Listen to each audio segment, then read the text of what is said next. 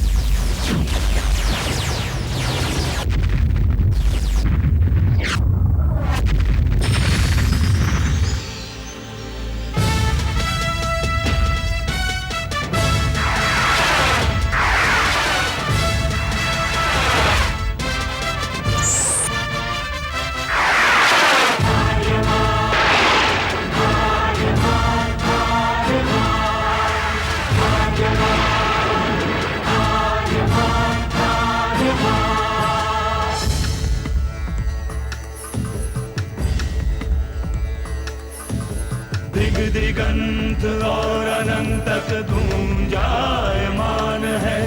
ब्रह्मनाद है विधि का वो अटल विधान है। धर्म की अधर्म पर विजय का वो प्रमाण है। जायमान है वो अटल विधान है। विजय का वो प्रमाण है। ब्रह्मांड का महान योद्धा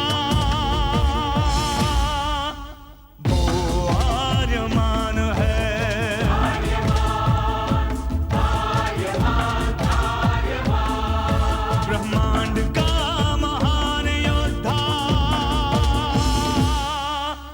वो आर्यमान है।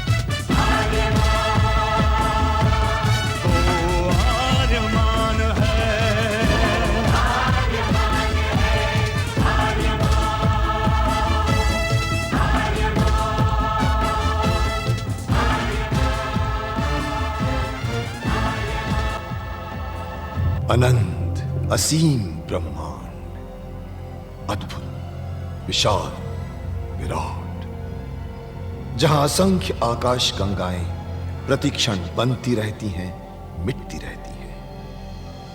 हर आकाश गंगा में होते हैं अनगिनत तारे, अनेकों सूरज, और सूरज के साथ होता है अपना सौर मंडल, जिसमें रहते हैं अनेकों ग्रह।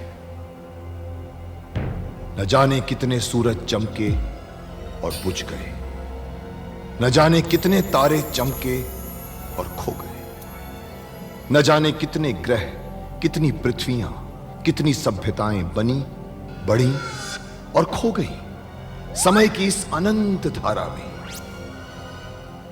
इन्हीं अनजानी परंतु अमर गाथाओं में से एक है महागाथा ब्रह्मांड के योद्धा आर्यमान की। बहुत समय पहले पृथ्वी से लाखों प्रकाश वर्ष दूर आर्याना आकाश गंगा में एक ग्रह था, थार।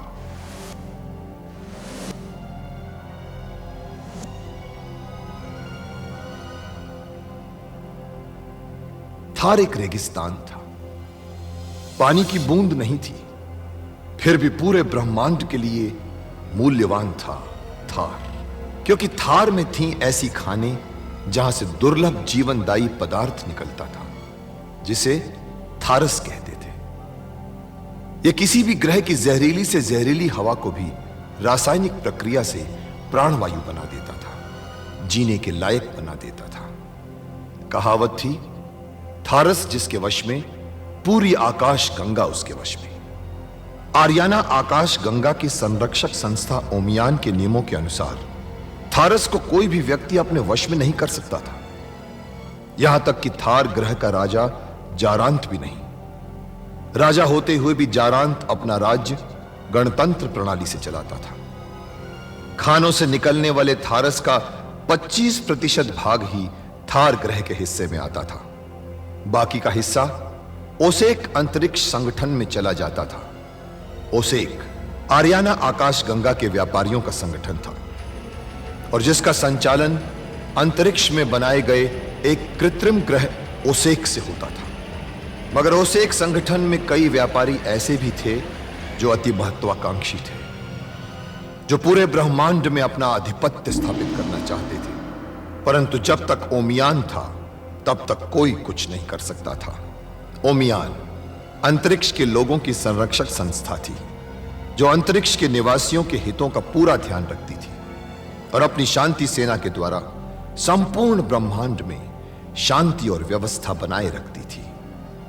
इसी ओमियान संस्था का अध्यक्ष था महान होशिंग। होशिंग जिस ग्रह पर रहता था उस ग्रह का नाम था कुरुक्षेत्र, जहां आज छिड़ी हुई है एक महाजंग। आर्यमान, शपथ ग्रहण करो अपने कर्तव्यों की ब्रह्मांड के सभी प्रतिनिधियों के समक्ष। करूंगा रक्षा ब्रह्मांड में धर्म की।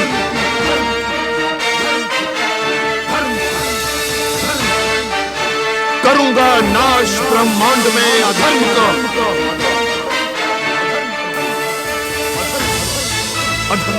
लड़ूंगा विरुद्ध ब्रह्मांड में अन्याय के। करूंगा सदुपयोग ब्रह्मांड में अपनी शिक्षा का।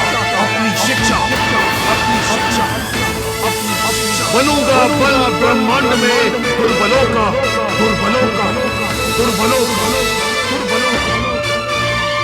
करूंगा स्थापना ब्रह्मांड में अखंड एकता की। अखंड एकता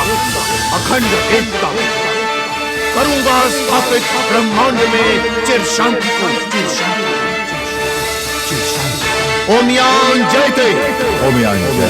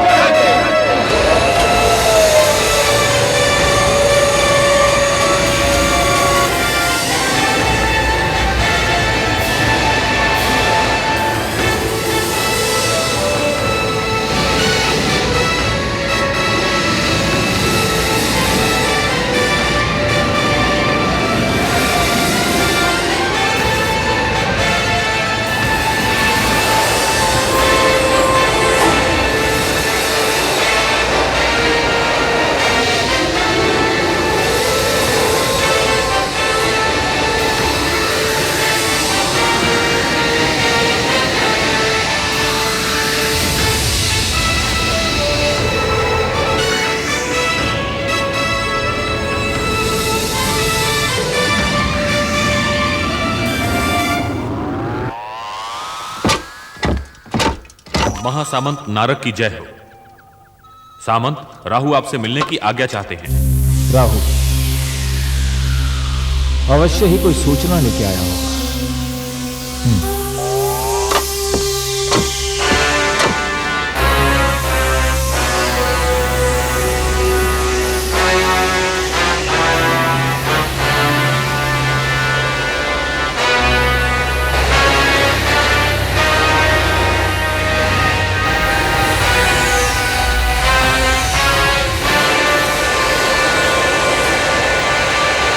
आओ राहु। राहु, तुम ओमियान में हमारी आंख और कान हो। यह बताओ, क्या ओमियान फिर से हमारे विरुद्ध कोई योजना बना रहा है? नहीं महासामंत नारक, मैं जो समाचार लाया हूं वो उससे भी भयंकर है। लगता है ओमियान ने अपने सारे सदस्यों को मेरे विरुद्ध करने में सफलता पाली है। नहीं महासामंत नारक, उससे भी भयंकर। आर्यमान आपका होने वाला संहारक जीवित है। आर्यमान जीवित है? हाँ, क्या तुमने कोई भयंकर नशा किया है राहु? आर्यमान वर्षों पहले मारा जा चुका है। उसे हमारे यांत्रिक हत्यारे ओझा ने मारा है और लोग समझते हैं उसे जहर देकर उसकी मां ने मारा है, जो अभी तक उसकी हत्या के आरोप में कारावास में सड़ रही है। राहु, तुम्हें भ्रम हुआ होगा किसी को देखकर। नहीं महासामंत नारक, वो केवल जीवित ही नहीं, उसने आर्याना, आकाशगंगा और ब्रह्मांड में सत्य, न्याय, धर्म तथा शांति की स्थापना करने के लिए ओमियान में शपथ ली है। ओमियान में शपथ ली?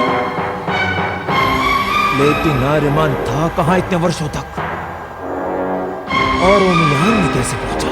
मैंने इस बात का भी पता लगा लिया है। बचपन में ही उसे कुरुक्षेत्र पहुंचा दिया गया था। महान होशी ने बड़ी होशियारी से उसे पाल पोस कर बड़ा किया और शिक्षा दी। होशिन, होशिन, होशिन! ये बुड्ढा हमेशा मेरे रास्ते में रोड़ा बनता रहा है। राहु, अगर ये मेरा गुरु नहीं होता ना, तो मैं इसे कब का खत्म कर चुका होता। होशिन की बात छोड़ो महासामंत नारक, आर्यमान की सोचो, जो तुम्हारे सिर पर काल बनकर मंडरा रहा है। होशिन तुम्हें सीधे सीधे कुछ नहीं करेगा, पर आर्यमान बहुत कुछ कर सकता है। राहु, मैं आर्यमान के सीधे हाथ नहीं डाल सकता, वरना ओमियान के सारे सदस्य गण मेरे पीछे पड़ जाएंगे। आप आर्यमान पर हाथ नहीं डाल सकते ना, तो क्या होगा? आर्यमान पर कोई और हाथ डाल सकता। तुम ठीक कहते हो कौरव, और ये काम अंतरिक्ष का हत्यारा यामा कर सकता है। कुर्बक, यामा को संदेश दो कि हम उसे शीघ्र ही मिलना चाहते हैं। जो आज्ञा महासामंत नारक।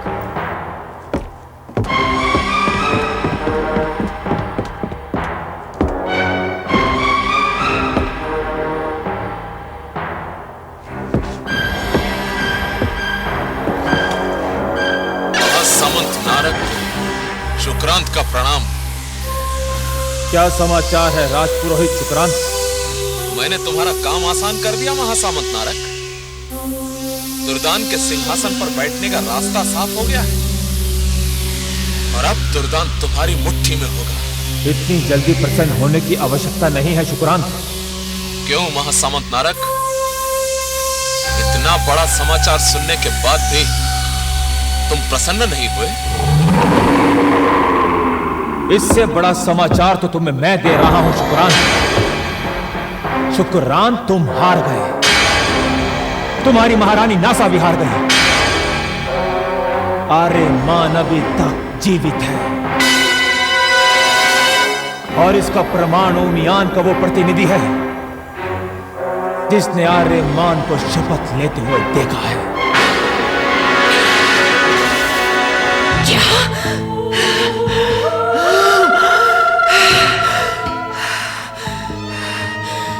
आर्यमान जिंदा है? नहीं। हाँ महारानी। क्या बात कर रहे हो शुक्रांत? क्या बात कर रहे हो तुम? ऐसा कैसे हो सकता है? उसे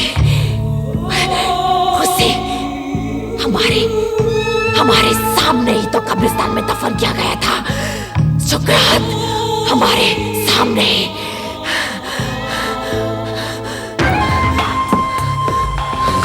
यही तो मैं भी सोच रहा हूं महारानी, कि आर्यमान कब्र से निकलकर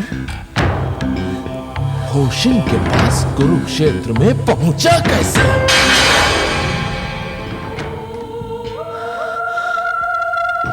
जरूर इसमें रासा की कोई चाल है, उसकी ही चाल है कोई। हम उसे जितना सीधा और बेवकूफ समझते थे, वो उतनी नहीं है शुक्रांत। उसने अपनी माया जाल से हमें बेवकूफ बनाया, और हमारी ही चाल से हमें ही मात दे दी। हमने तुमसे पहले ही कहा था शुक्रांत कि तुम्हारे जहर का असर आर्यमान पर नहीं चढ़ेगा तुम्हारे जहर का असर। लेकिन तुम नहीं माने। हमारे जहर में कोई खोट नहीं थी महारानी। खोट थी तो रासा के उस गोरख धंधे में जो हम समझ नहीं पाए। और आर्यमान हमारे हाथों से जीवित निकल गया। शुक्रांत, यदि आर्यमान जीवित है तो हम दोनों ज्यादा देर तक जीवित नहीं रह सकते। इससे पहले कि आर्यमान की जिंदा होने की खबर चारांत तक पहुंचे, हमें चारांत तक पहुंच जाना चाहिए।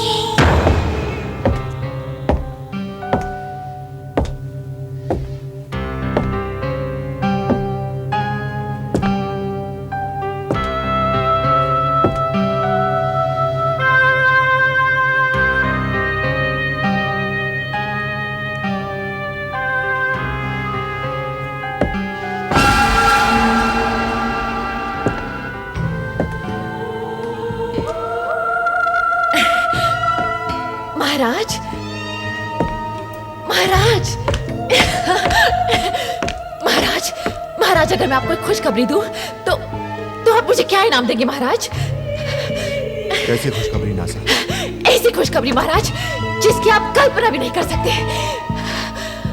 पहले मत बजाओ नासा, बताओ क्या खुशखबरी है? महाराज, यदि मैं आपको ये खबर दूं कि हमारा आर्यमान जीवित है तो आप मुझे क्या पुरस्कार देंगे महाराज? पुरस्कार? तुम पुरस्कार की बात करती हो नासा? मैं तो तुम्हें अपना पूरा राज्य दे दूंगा। मैं जीवन भर तुम्हारी सेवा करूंगा नासा, जीवन भर।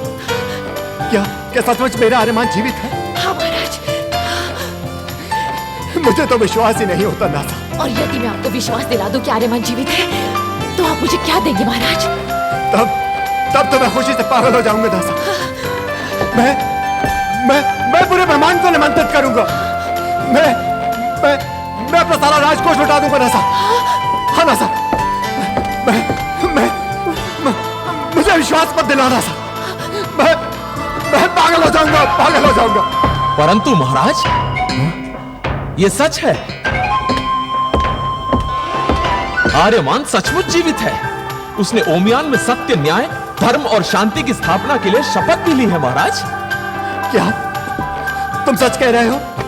सच कह रहे हो ना शुक्रांत? हाँ महाराज, मैं सच कह रहा हूँ। महारानी नासा, सुना तुमने? शुक्रांत कहता है कि आर्यमान जीवित है। महाराज, शुक्रांत से पहले मैंने आपसे कहा था कि आर्यमान जीवित है। मैंने। हाँ, तो फिर हम खड़े किस बात की प्रतीक्षा कर रहे हैं? हमें उसे यहाँ लाने की व्यवस्था करनी चाहिए, उसके स्वागत का इंतजाम करना चाहिए। मेरा बेटा मृत्यु के द्वार से लौटा है, हमें उसका ऐसा स्वागत करना चाहिए जैसा कि आज तक किसी का ना हुआ हो। सब होगा महाराज, आप जो कहते हैं वो सब होगा, और वो सब भी होगा जिसकी आप कल्पना भी नहीं कर सकते। मगर वो सब होने के लिए शाही फरमान की आवश्यकता है महाराज। तो फिर प्रतीक्षा किस बात की है? जारी कर दो फरमान। महाराज, आप अपनी खुशी में महारानी रासा को तो भूल ही गए, जिन्हें आपने कारावास में डाल रखा है। अरे हाँ, लगता है मैं सचमुच पागल हो गया हूँ। शुक्रांत, तुम तुरंत राज परिषद को सूचित करो कि मैं एक महत्वपूर्ण आज्ञा प्रसारित करना चाहता हूँ। और हाँ, लेखाकार को भी उपस्थित करो, क्योंकि मैं अभी इसी वक्त राज आज्ञा लिखवाना चाहता हूँ। जल्दी करो शुक्रांत, जल्दी करो। महाराज, आप क्या समझते हैं कि इतने महत्वपूर्ण शुभ समाचार की राज आज्ञा लिखवाने के लिए हम इंतजार करेंगे? नहीं महाराज, आपका समय बचाने के लिए हमने वो राज आज्ञा लिखवा ली। शुक्रांत राज आज्ञा। महाराज, हमें मालूम था कि आपकी यही इच्छा होगी। महाराज, बस इस पर आपकी राजमुद्रिका की मोहर की आवश्यकता है महाराज। मोहर। नासा, तुम कितनी अच्छी हो नासा, कितनी अच्छी हो तुम।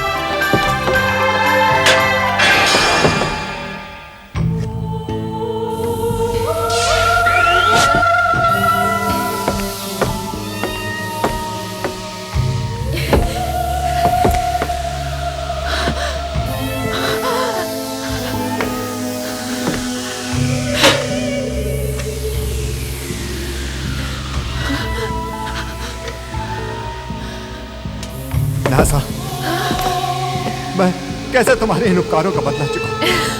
कैसे? यूं समझ लीजिए महाराज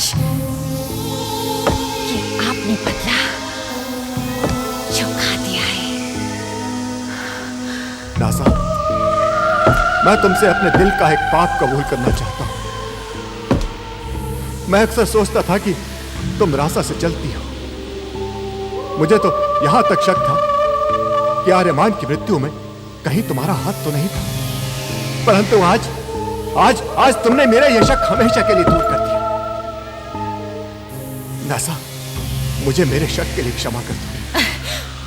वो सब रहने दीजिए महाराज, और आर्यमान को लाने के लिए बाउल को ये राजा के देकर जल्दी भेज दीजिए। जल्दी कीजिए महाराज। हाँ, क्यों नहीं, क्यों नहीं। बाहुल, बाहुल!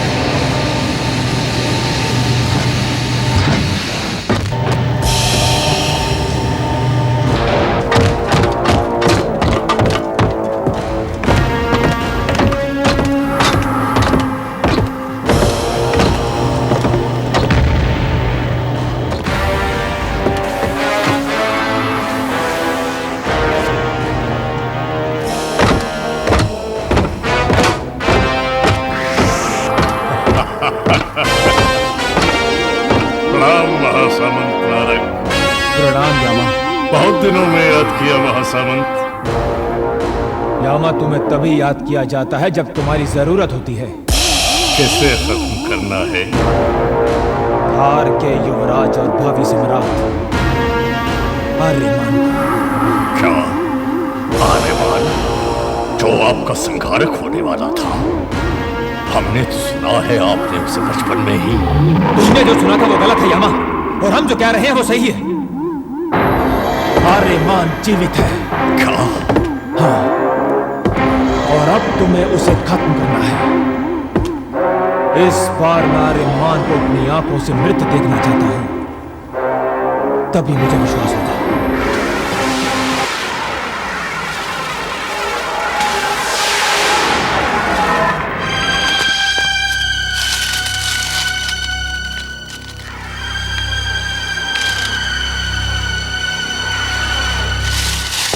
आचार्य, आचार्य, अंतरिक्ष का तस्कर दुष्ट यामा अपने साथियों के साथ अपने कुरुक्षेत्र में आ गया है। अच्छा, वही हुआ जिसका था भय मुझे। इसे अवश्य महासामंत नारक ने भेजा है। आर्यमान, तुम जाओ, सुरक्षित निकल जाओ यहां से। पर मैं आपको संकट में इस तरह अकेले छोड़कर नहीं जा सकता आचार्य। मुझे नहीं, संकट तुझे है। आ रहे हैं वो केवल तेरे लिए। परंतु क्यों महानुषी?